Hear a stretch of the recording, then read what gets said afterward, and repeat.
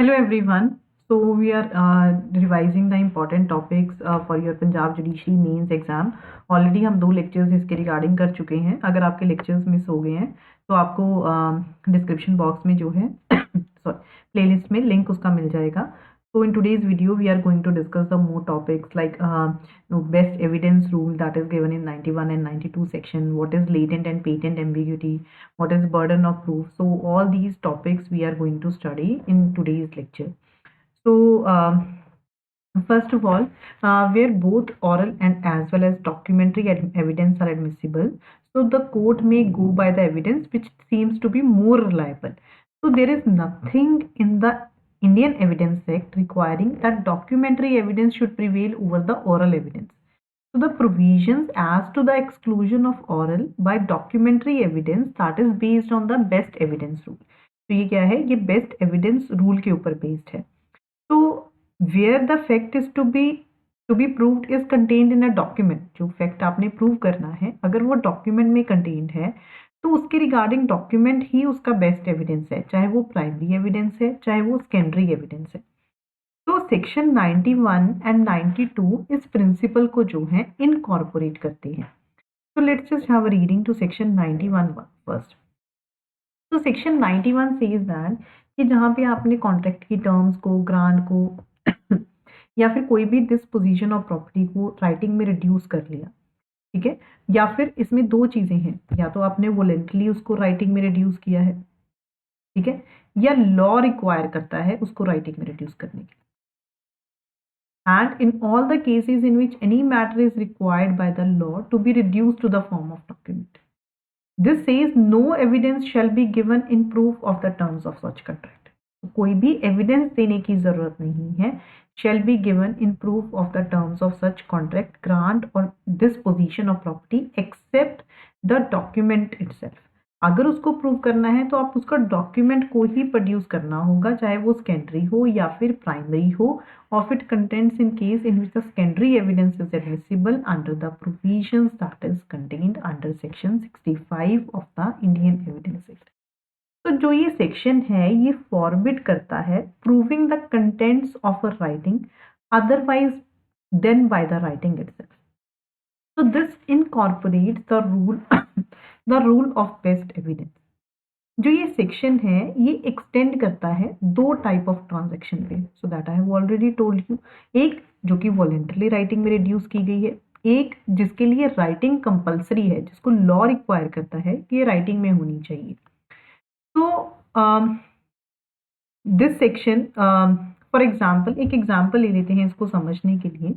ए ने लीज पे अपना घर दिया बी को, ठीक है, A leases his house to B and इसने जो है रिटर्न लीज पे अपना घर बी को दे दिया. बाद में जो है ए ने सूट फाइल कर दिया, इसको सूट फॉर रिजेक्टमेंट पास कर दिया इसको निकालने के लिए एंड एरर्स ऑफ रेंट के लिए. तो ए ने ये अलेज किया कि उनके बीच में जो लीज हुई थी वो मंथ टू मंथ थी, बट बी आके ये कहता है कि नहीं, उनके बीच में जो लीज हुई थी वो ईयर टू ईयर थी. तो इनके बीच में तो रिटर्न लीज हुई थी. अब अगर इनको ये चीज प्रूव करनी है तो ये रिटर्न लीज को प्रोड्यूस करना होगा. कोर्ट किसी भी और एविडेंस को अलाउ नहीं करेगी. This is your section 91. तो ये सेक्शन 91 कहता है. सेक्शन 91 के कुछ एक्सेप्शंस हैं. क्या एक्सेप्शंस हैं? दिस सेज कि अगर कोई पब्लिक ऑफिसर है जिसको लॉ रिक्वायर करता है कि इसकी राइटिंग इसकी अपॉइंटमेंट जो है राइटिंग में होनी चाहिए, and when it is shown that any particular person has acted as such officer, and ये शो हो जाए कि हाँ इस पर्टिकुलर पर्सन ने ऐसे एक्ट किया है, तो the writing by which he is appointed need not be prove. So the writing जिससे उसको अपॉइंट किया गया है उसको प्रूव करने की जरूरत नहीं है. फॉर एग्जाम्पल, अगर कोई हाई कोर्ट जज है, ठीक है, the warrant of appointment need not be prove. The only fact that he is working as a high court जज, सिर्फ ये फैक्ट कि वो एज ए हाई कोर्ट जज के जैसे जो है वर्क कर रहा है, that will be proved. So this is the first exception. Second exception is wills admitted to probate in India may be proved by the probate. तो document containing the will need not be produced. जो word probate है that means the copy of the will that is certified under the seal of the court of competent jurisdiction. तो there are 3 explanations that are attached to this section. 3 explanations हैं जो इस section के साथ attached है. First explanation says that जो ये section है ये अप्लाई करता है इक्वली उन केसेस के ऊपर जिनमें कॉन्ट्रैक्ट ग्रांट या डिस्पोजिशन जो है refer to are contained in one document and to cases in which they are contained in more documents then. ठीक है, उन केसेस के ऊपर जहाँ पे ये एक से ज़्यादा डॉक्यूमेंट के ऊपर जो है कंटेन्ड है. तो to understand this let's see an example.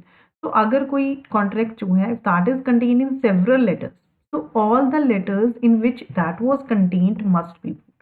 तो सारे लेटर्स जिनमें वो कंटेन्ड है उनको प्रूव करना होगा. बट अगर जहाँ पे एक से ज़्यादा ओरिजिनल्स हैं, सिर्फ एक ओरिजिनल को प्रूव करने की ज़रूरत है, सारे को प्रूव करने की ज़रूरत नहीं है. फॉर एग्जाम्पल, अगर कोई बिल ऑफ एक्सचेंज है that is drawn in a set of 3, only one need to be prove. तीनों को प्रूव करने की ज़रूरत नहीं है. Next is your explanation 3. This says that The statement in any document, statement किसी भी document में, whatever of effect other than the facts referred to in this section, shall not preclude the admission of oral evidence as to the same fact.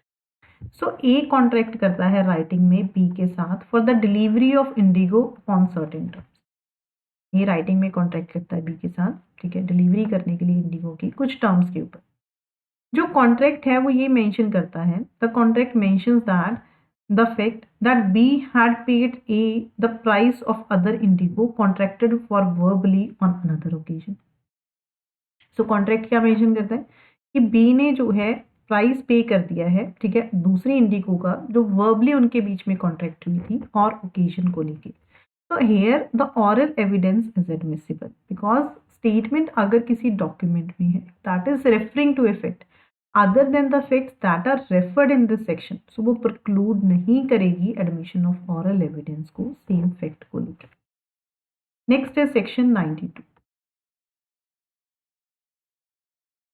Exclusion of evidence of oral agreement. तो section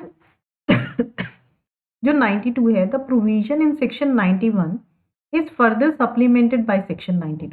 जो provision है section 91 में that is further supplemented by section 92 by providing that, ये provide करता है कि एक बार अगर कोई कॉन्ट्रैक्ट ग्रांट या डिस्पोजिशन ऑफ प्रॉपर्टी अगर वो प्रूव हो गया that has been proved by the writing, तो कोई भी एविडेंस नहीं दिया जा सकता ऑरल एग्रीमेंट को लेके उसको कॉन्ट्राडिक्ट करने के लिए, वेरी करने के लिए, ऐड करने के लिए या सब्सट्रैक्ट करने के लिए.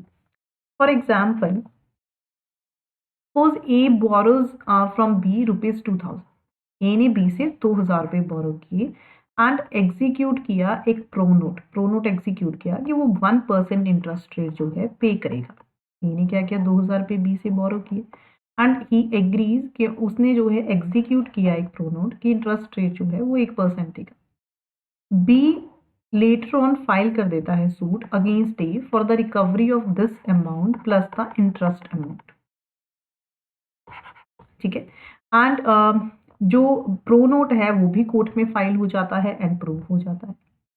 बट ए यहाँ पे ये एविडेंस लीड करना चाहता है कि उनके बीच में जो है ऑरल एग्रीमेंट हुआ था, सेटलमेंट हो गई थी 0.5% को लेके.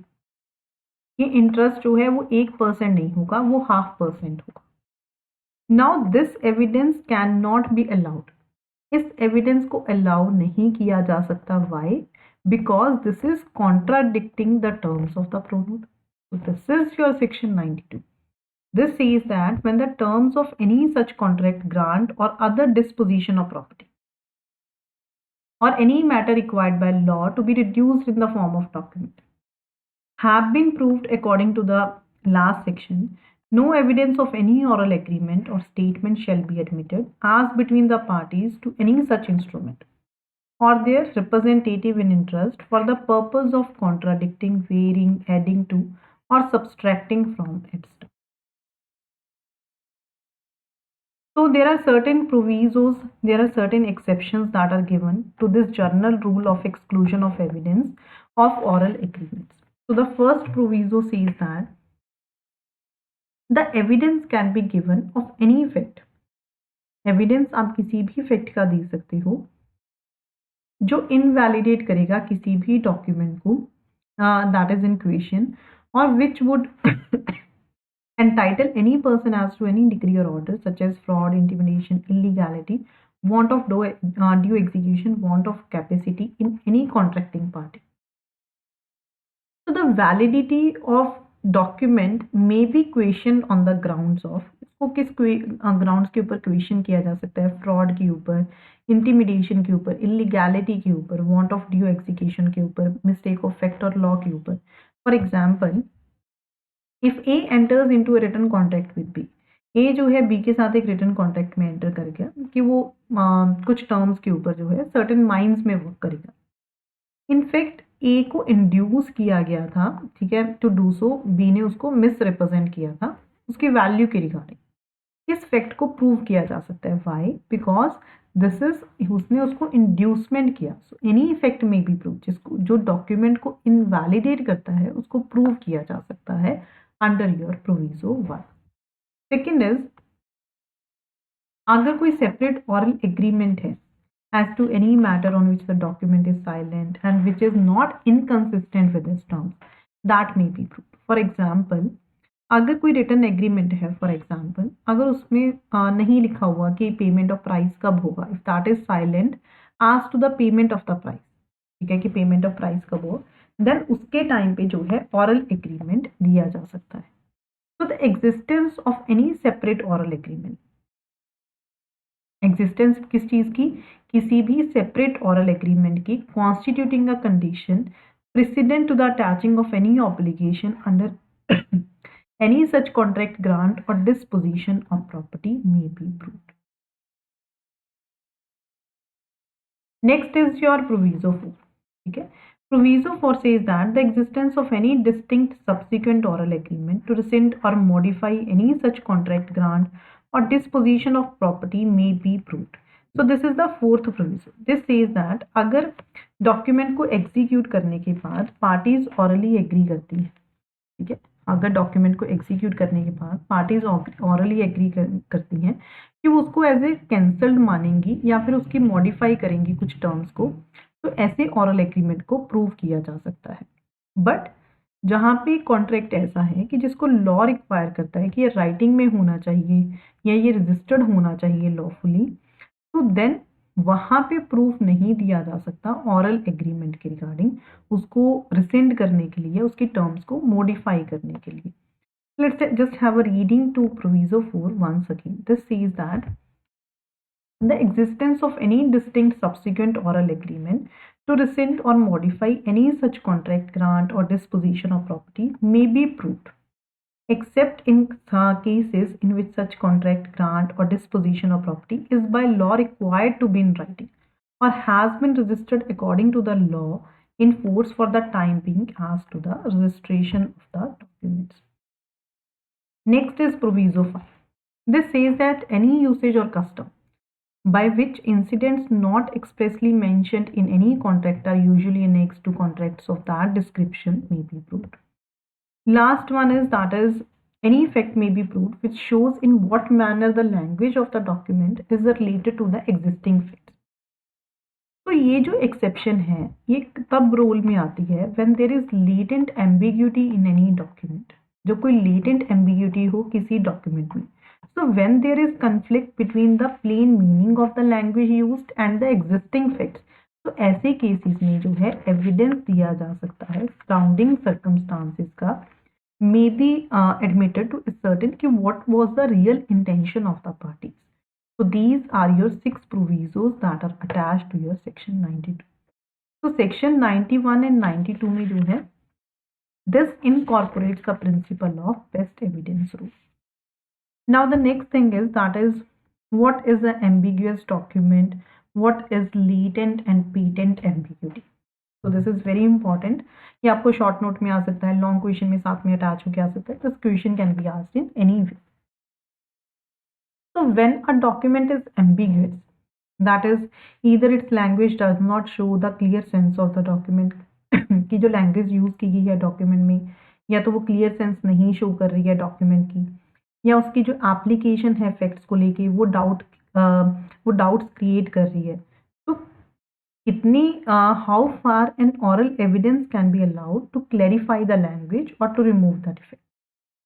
So section 93 to 98 lays down the rule as to the interpretation of the documents. Ambiguity जो है वो दो तरह की हो सकती है. One is patent ambiguity, another one is that is latent ambiguity. Patent ambiguity is dealt in 93 and 94. Latent ambiguity is dealt in 95 to 97. तो पेटेंट एम्बिग्यूटी का मतलब होता है दिस मीन्स अ डिफेक्ट. ये एक ऐसा डिफेक्ट है that is apparent on the face of the document. ठीक है, जो एपरेंट है फेस ऑफ द डॉक्यूमेंट में. ऐसे केसेस में जो प्रिंसिपल है, द प्रिंसिपल इज दैट कि ऑरल एविडेंस को अलाउ नहीं किया जाएगा टू रिमूव द डिफेक्ट. ठीक है, उस डिफेक्ट को रिमूव करने के लिए. लेटेंट एम्बिग्यूटी का मतलब होता है ये एक ऐसा डिफेक्ट है which is not apparent on the face of the record. जो एपरेंट नहीं है फेस ऑफ द रिकॉर्ड में, बट जो उसकी एप्लीकेशन है, जो लैंग्वेज यूज की गई है डॉक्यूमेंट में, but it is in the application of the language to the fact stated in it. तो जर्नल प्रिंसिपल ये कहता है कि लेटेंट एम्बिग्यूटी में एविडेंस दिया जा सकता है उस डिफेक्ट को रिमूव करने के लिए. So patent ambiguity में no evidence can be given to remove that defect, but in latent ambiguity evidence can be given to remove that defect. So this is the difference between both of these. Let's see an example to understand this. Patent ambiguity में आप क्या example लिख सकते हो कि suppose एक deed है, ठीक है, उसमें ब्लैंक्स हैं. सो एविडेंस दिया नहीं जा सकता ये शो करने के लिए कि उसमें क्या फिल करना था. ठीक है, अगर ए ने एग्री किया राइटिंग में कि वो बी को बेचना चाहता है या होर्स टू बी 1000 रुपीज़ के लिए, 1500 के लिए, एविडेंस दिया ही नहीं जा सकता कि वो क्या प्राइस देना चाहता था. अगर हम लेटेंट एम्बिग्यूटी की बात करें, so that is for example अगर ये एग्री करता है बी को कि वो 1000 रुपये के लिए वाइट हॉर्स बेचेगा. ए के पास 2 वाइट हॉर्सेस हैं. एविडेंस दिया जा सकता है ये शो करने के लिए which of them was meant, कि वो उनमें से कौन सा बेचना चाहता था. ठीक है, so this is the difference between patent ambiguity and latent ambiguity. Now the next that we are going to discuss is, last time आपका एक टॉपिक रह गया था, पहले हम वो करेंगे, then will discuss the further sections, that is character when relevant.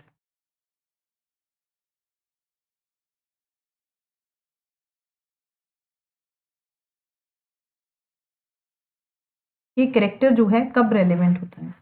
तो to what extent is the character general reputation of a person relevant in civil or criminal proceedings has been made clear by section 52 to 55.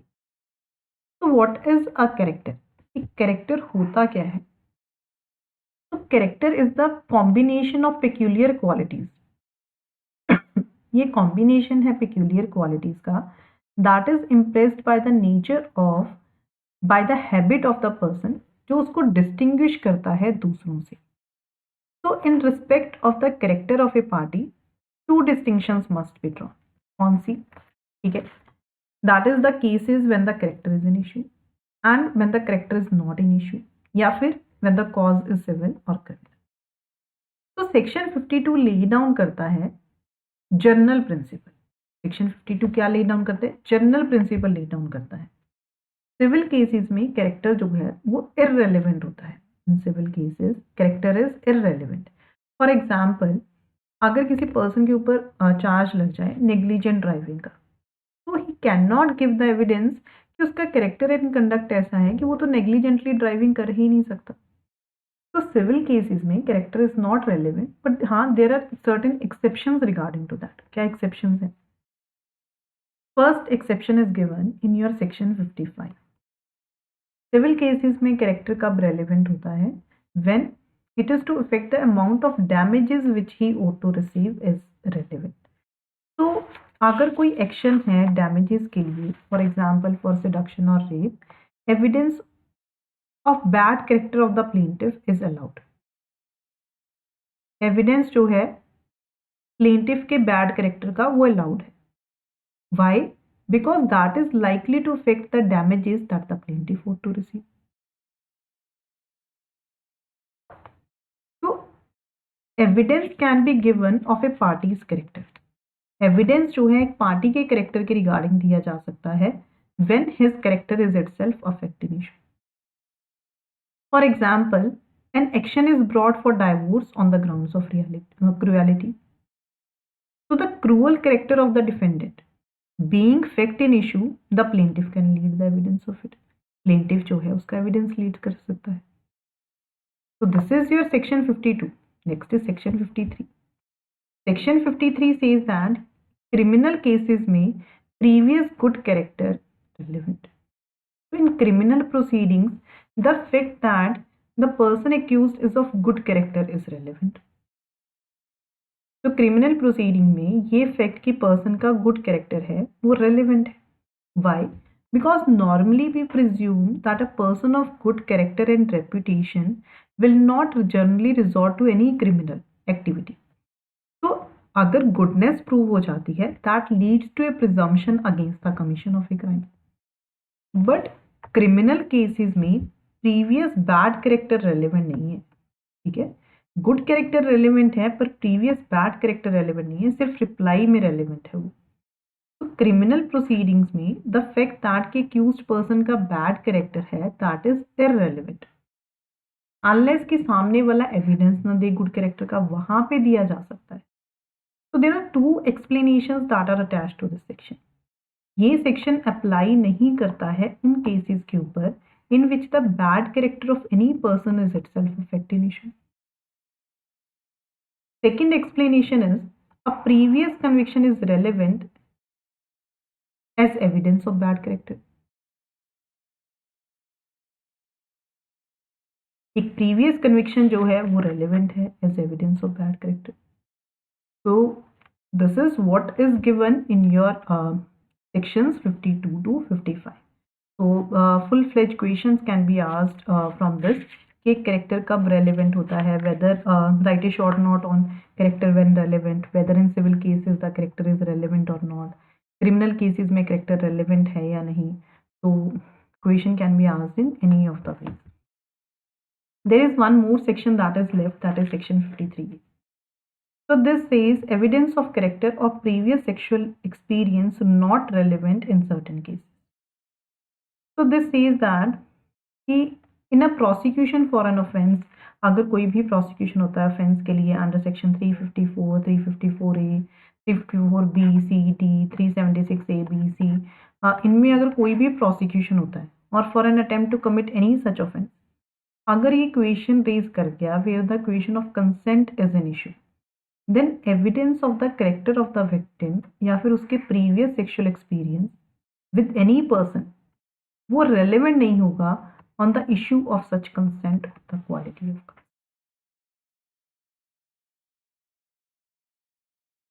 ठीक है, so further topics we'll discuss in your next lecture. So before I end this video, learners, there is a good news for all of you. UP Judiciary की test series जो है, this is only available at 2999 by using this code.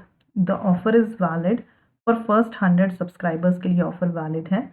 Test schedule आपका 5 to 7 March, 12 to 14, 19 to 21, 3 full length test मिलेंगे आपको, analysis session मिलेगा, हर mock में GK, English, Hindi, law 1, law 2 and law 3 मिलेगा paper. Further there is flat 20% off on judiciary subscriptions के ऊपर फरवरी 16 to 21 को तक ये अवेलेबल है. ठीक है, कल तक ही ऑफर वैलिड है and by using the code you can just avail this opportunity. There is free All India Judiciary Scholarship Test. This is on 5th of March. Totally free of cost आप enrollment करवा सकते हो इसमें. This is one of the another batches that is comprehensive batches. So अगर आपको judiciary की preparation starting से करनी है then this batch is best for you. This is Punjab Judiciary Mains Test Series. This is only available at 4999 by using this code. Links आपको description box में मिल जाएंगे. ये राजस्थान एंड गुजरात के लिए स्पेशल बैच है. This is the revision batch for UP mains exam. So each and everything is available. Now the notes are also available on Unacademy. So thank you so much, learners. I'm just ending the session here only.